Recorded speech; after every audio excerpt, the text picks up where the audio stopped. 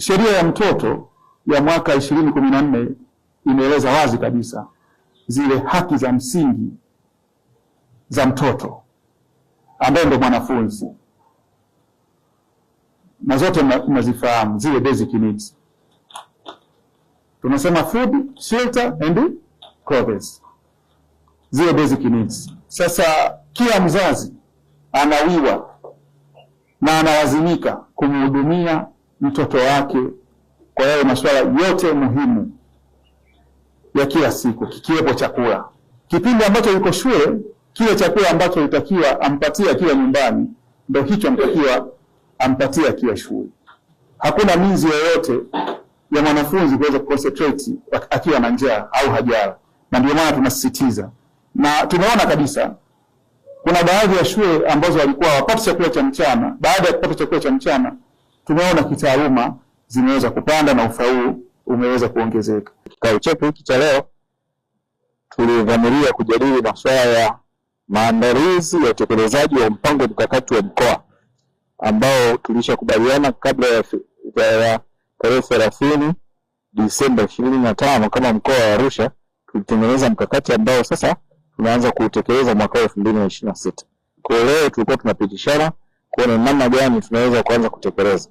Na ninashukuru kwamba zoezi la kuwapitisha kwenye mkakati ule na kutekelezaji huo, Mheshimiwa Mkurugenzi Mtendaji wa Halmashauri ya Arusha Selemani Msumi ndiye amefanya kazi hiyo, kuwapitisha kwenye kila kigezo, kila kipengele ambacho kinatakiwa kitekelezeke katika mwaka huu 2026.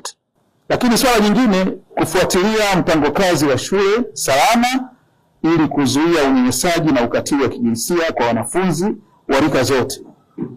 Kuna masuala ya ulawiti, ubakaji, lakini walimu wa ushauri na unasihi wakumbushe wajibu wao katika kufuatilia afya na ustawi wa wanafunzi. Tuna masuala haya yanafanyika katika shule zetu, day scholar, lakini pia hata boarding, kwa sababu tuna gap ya age ya watoto. Kuna watoto wa form 1 na form 6. Ukicheki hapa miaka tofauti. Kwa hiyo unakuta kuna masuala ya ukatili wa kijinsia kati ya wanafunzi kwa wanafunzi. Hawa wakubwa wanaonea wadogo. Kwa hiyo ni lazima wale walimu wetu wa unasihi wajue wajibu wao, kufuatilia mienendo ya wanafunzi hawa. Kama kuna ukatili wote wa kijinsia waweze kuutambua na kuweza kuufanyia kazi. Lakini kingine ni kupitia kwa kina tathmini ya matokeo ya mtihani wa taifa kwa kidato cha pili, cha 4 na cha 6. Tathmini hii ya mtihani ihusishe kikamilifu mwalimu wa somo husika. Ameongea Dioa, mikakati ya kufuta zero inaanza na individual kwa mwalimu kwa kila somo. Kwa hiyo kila somo tunahakikisha kwamba tunapata ufaulu wa A na kusiwepo na F. Tunapohamasisha katika hili na tunaposimamia kwa kila mwalimu kuhakikisha basi somo lake wanafunzi wanafaulu, overall automatically tunakuwa tumefuta zero. Kuliko kwenda generally, ni lazima kila mwalimu awe committed na somo lake kuhakikisha kunakuwa na ufaulu maradufu kwa kila somo. Namshukuru kipekee kwa kuendelea kuwa na wewe mkurugenzi, maana nia yako, moyo wako tunautambua vizuri sana. Ingetokea lingine ukao kwa mahali pengine tusingefaidi kama unavyoendelea kufaidi sasa hivi. Kwa hiyo nikushukuru sana, lakini pia nikupongeze sana kwa jinsi ulivyokuwa kutuongoza na kutuelekeza hata tukafikia ufaulu mzuri ambao tunaridhisha kwenye wilaya yetu, na hasa pia kuonekana sisi ni kinara kwenye mkoa huu.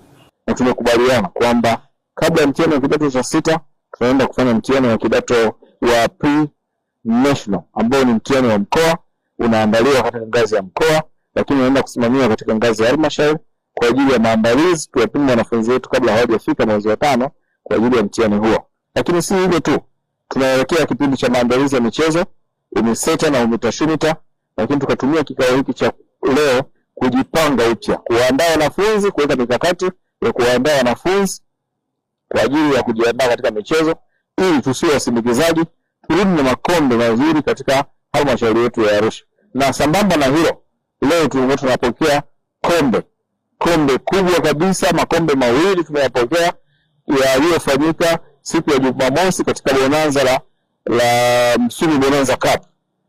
Arusha DC, Mheshimiwa Mkurugenzi aliandaa bonanza lililoshindanisha idara mbalimbali, idara ya elimu ya msingi, idara ya elimu ya sekondari, idara ya afya, idara ya kilimo, mipango, mifugo, fedha, wote kwa pamoja. Siku ya Jumamosi juzi tarehe 14 tulikutana Ilboru sekondari, lakini Arusha DC upande wa sekondari tukaibuka vinara katika makombe la football na netball. Kwa hiyo tulitumia fursa hii kwa sababu hao wakuu wa shule ndio wawakilishi wa idara ya sekta ya elimu ya sekondari kuwapokea lile kombe ambalo lilitolewa na Mheshimiwa Mkurugenzi kwamba tuonyeshe kama ni mali sasa ya idara ya elimu ya sekondari. Tumetumia kikao hiki.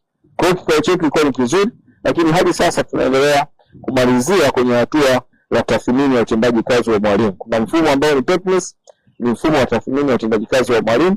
Kwenye eneo hilo nao pia tumegusia kwamba walimu wanatumia kalenda year, kwa maana wanajaza majukumu yao katika kipindi cha kuanzia mwezi Januari na wanaenda kupimwa mwishoni mwa mwaka mwezi Disemba.